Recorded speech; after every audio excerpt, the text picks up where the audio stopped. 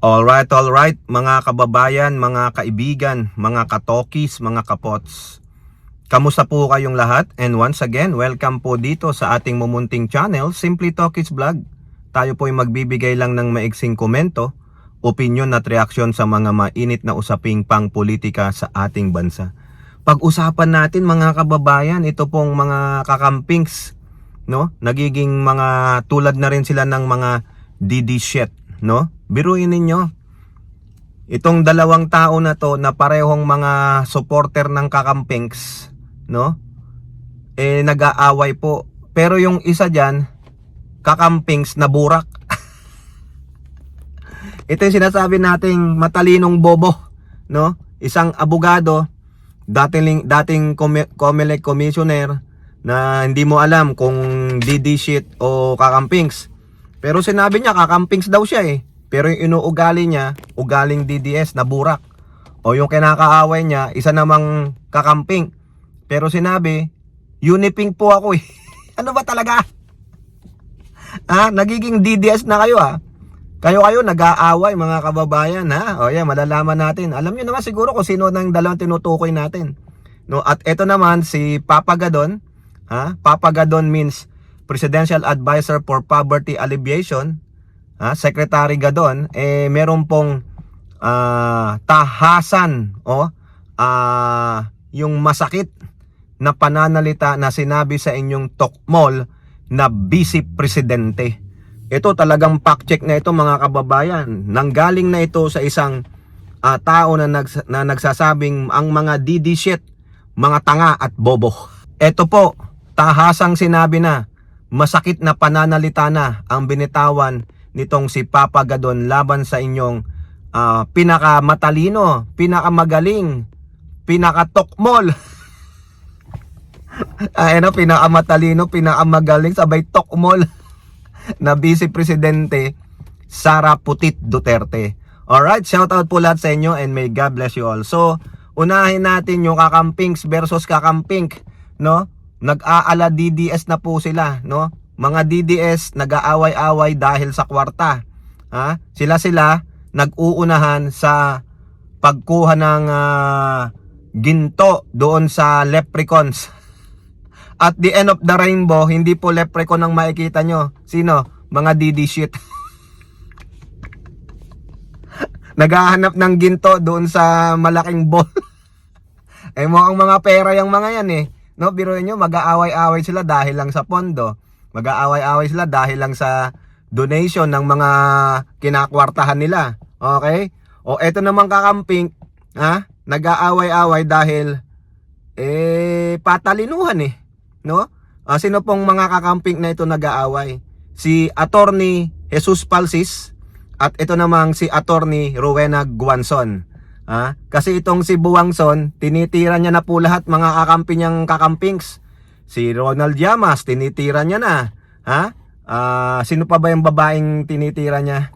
Ang lahat po ng mga kakampings na nagbibigay lang ng komento tungkol sa mga kanyang mga burak na pananalita at mga aksyon, galit na galit siya. Parang tingin niya, wala kayong karapatan wala kayong Gucci, wala kayong Rolex. Kaya wala kayong karapatan na batikusin si Rowena Guanzon. Maski na magkalat siya ng virus sa Pilipinas, wala kayong pakialam kasi siya po ang nag-iisang Rowena Guanzon, wala nang iba, ang hasindera. Yan po siya. Hasindera daw po siya mga kababayan. Napakabalaurang tao, no? O ngayon, nung tinira niya si Palsis, gumanti po si Palsis. Sabi ni Palsis, Attorney Guanzon, debate tayo. Magsiset ako ng date at magsiset tayo ng topic. At bakit ano yung desisyon ng impeachment case kay Sara Duterte ng Supreme Court at bakit hindi kinakailangan maging presidente si Sara Duterte at magkaalaman kung DDS ka o hindi. Di ba? Yan, magkakaalaman mga kababayan O ngayon, sumagot si Guanzon. Okay, sabi niya, okay.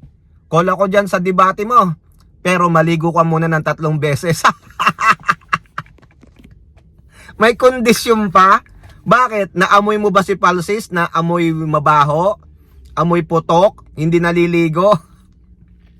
Ang alam ko lang mga kababayan na hindi naliligo, si mga DDS, o may kasamahan po silang hindi naliligo dyan mga kababayan. Di ba? Nakakahiya naman. Ha? Biruin mo, umoo ka nga, may kondisyon ka naman. Aray ko. Katina ng lalamunan ko sa mga kakampings na ito. Grabe sila mga kababayan, no? Antindi nitong mga to. Ano ngayon ang sagot ni Palsis mga kababayan, ha? May sumagot pa rin si Palsis nung nabasa niya yan. Anong sabi niya? Oh, dear Rowena Guanzon, na marami kang perfume, nag-aala, email depic ka, second rate Miriam Defensor ka. Puro lang naman pala ad hominem ang kaya mong gawin, Rowena Guanzon. Ha? Sige, gagawin ko yan, sabi ni Palsis. Pero, DDS ka. Puro ad hominem ka lang pala, Rowena Guanzon eh. Pero, ang pinakamadinding sinabi ni Palsis kay Guanzon, gagawin niya ngang maliligo siya ng 3 beses. Pero pag hindi ka sumipot, isa lang ibig sabihin nun, duwag ka, Guanzon. Oh, tignan natin mga kababayan kung kakasa nga, kung tototohanin nga ni Guanzon na sabi niya, okay ako dyan. Oh, sige, para mapatunayan mo na naligo ng 3 beses si Palsis, dapat nandun ka sa bahay niya, maliligo siya ng 3 beses. Hindi mo sinabi kung umaga, tanghalian o gabi. Basta sabi mo 3 beses siyang maligo.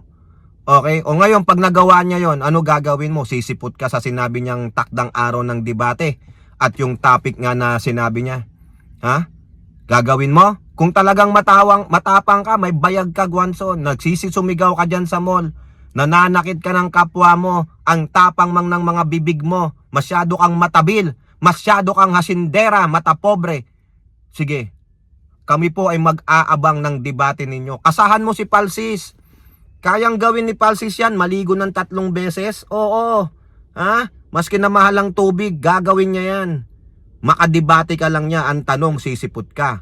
O pag hindi ka sumipot, alam lang ibig sabihin yan. Duwag ka.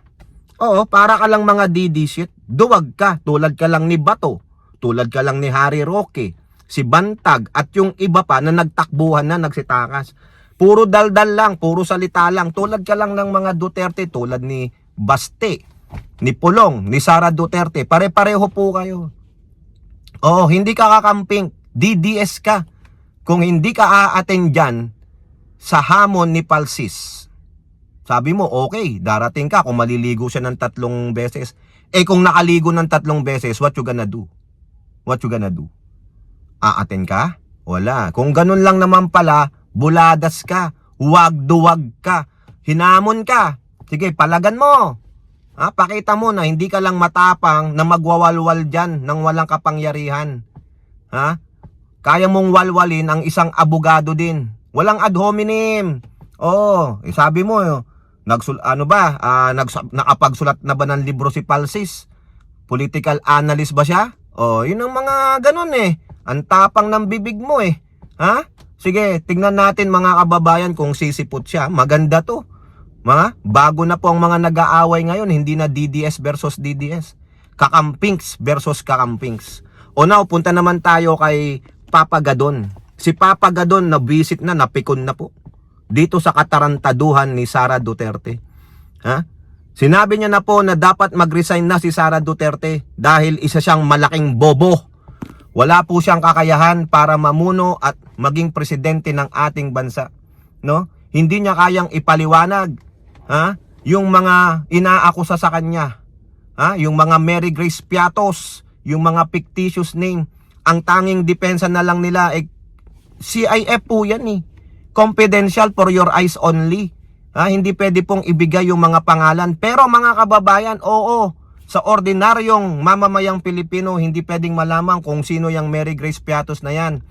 Pero dapat sa reporting ninyo, lalo na sa COA, dapat detalyado sino si Mary Grace Piatos. Meron pong COA circular yan, hindi yata nagbabasa si Tokmol Sara Duterte. Hindi rin yata pinaliwanag sa kanya ng abogado niya yan, lalo na sa abogado ng OBP at DepEd dati, na dapat, madam, ilagay natin sa ating COA report ang mga pangalan sino itong Mary Grace Piatos na ilang libong, daang libong Mary Grace Piatos at yung iba pang ginamit ninyo. So yan, sabi ni Papa Gadon, mag-resign ka na, bobo ka kasi. Oo, wala nakakapikon po, biruin nyo. Hihingi lang ng pondo, aatin sa Senado, pero sa HOR hindi umaatin. Napaka-entitled, napaka-bastos. Hindi natin kailangan ng isang presidenteng bastos. At higit sa lahat, hindi natin kailangan ng vice presidenteng napaka-bastos, napaka-lustay, magnanakaw. Masyadong matapang ang bunganga pero hindi kayang gawin. Hindi kayang ipaliwanag kasi alam niya na gumawa siya ng katarantaduhan, na gumawa siya ng pagnanakaw. O ngayon, meron pa dyan si Madriaga. Yan din ang pinagdadaanan ni Larry Gadon, na mas naniniwala siya sa mga sinabi ni Madriaga, na si Sara Duterte ay pinondohan ng Pogo at ng drug lords during the 2022 campaign. O, mahiya ka naman sa balat mo, Tokmol. Si Papa Gadon na nagsabi niyan. Huwag ka nang antayin pang sabihin Sara Duterte bobo at tanga. Di ba? It hurts. Masakit ang katotohanan, pero yun ang totoo Wala kang kakayahan. Nabiyayaan ka lang ng last name na Duterte. Hindi ka pang national. Pwede ka pang Davao kasi kayang-kaya nyong brasuhin yung mga tao doon. Pero hindi ang buong sambayan ng Pilipino. Nagising na po ang sambayan ng Pilipino, mga kababayan, na ang mga Duterte ay isang malaking budulero, mga malaking duwag, magnanakaw at sinungaling at mga killer pa. O kayo po, ano po ang inyong masasabi? Comment down below and don't forget to like and share. Hope to see you in our next videos. Bye-bye. God bless.